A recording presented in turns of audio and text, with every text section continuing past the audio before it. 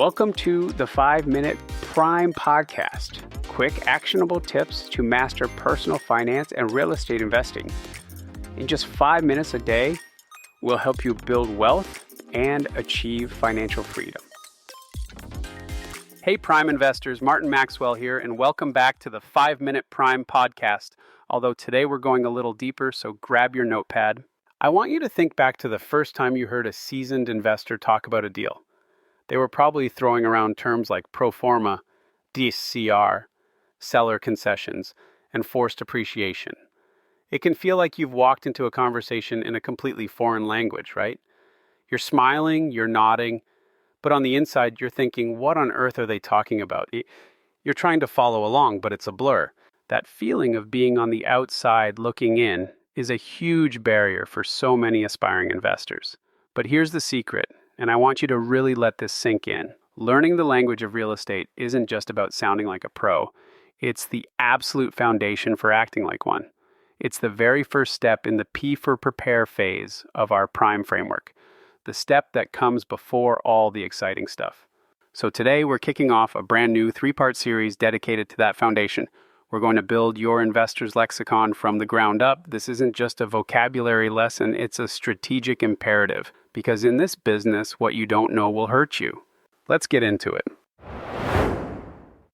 Every sophisticated profession has its own language. Doctors, lawyers, engineers, they all use precise terminology because it allows them to communicate complex ideas quickly and accurately. Real estate investing is no different. My point of view is this.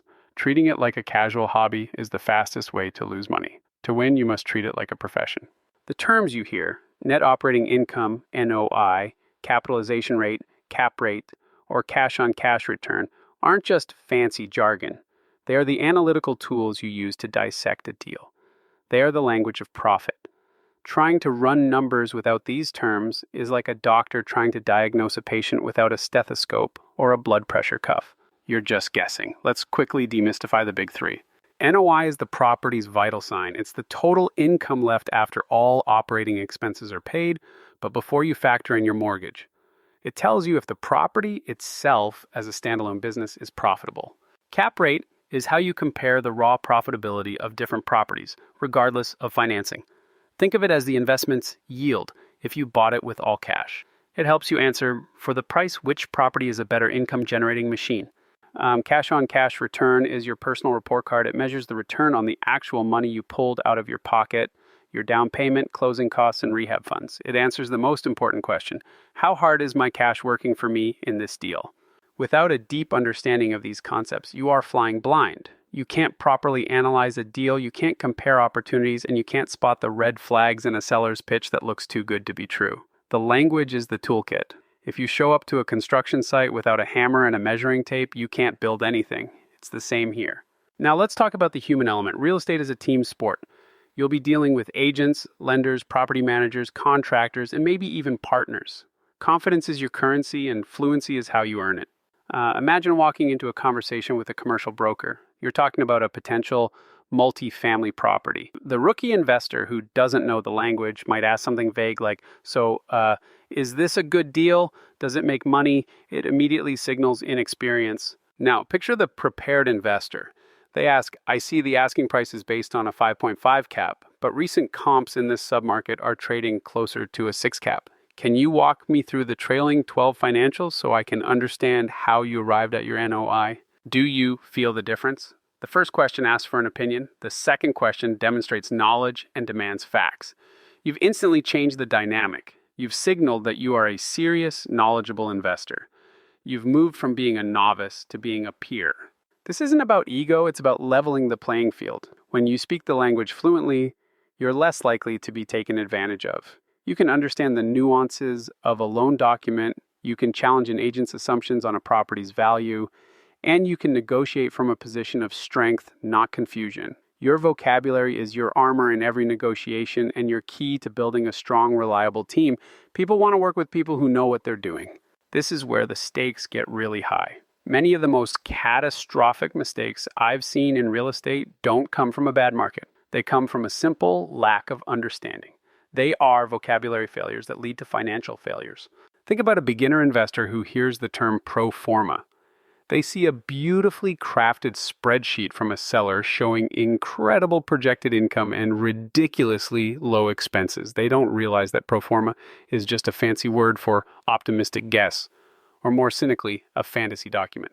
They don't know to ask for the trailing 12 or T12, which shows the property's actual income and expenses over the last 12 months.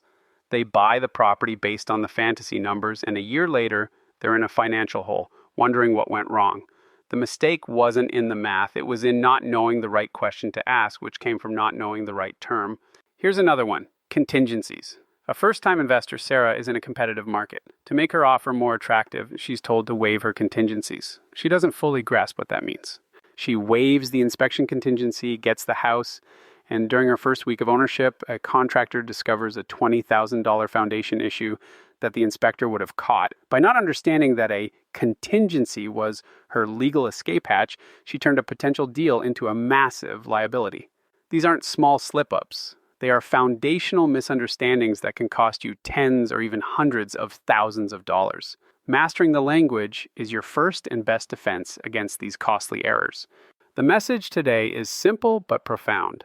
Before you master the deals, you must master the language.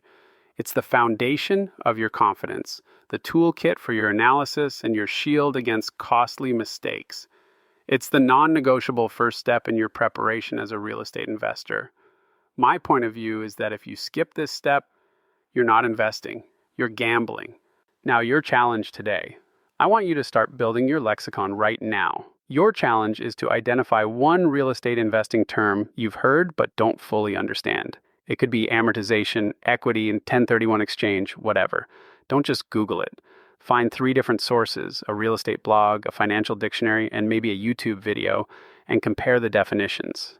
The goal isn't just to know the definition, but to understand the concept from multiple angles.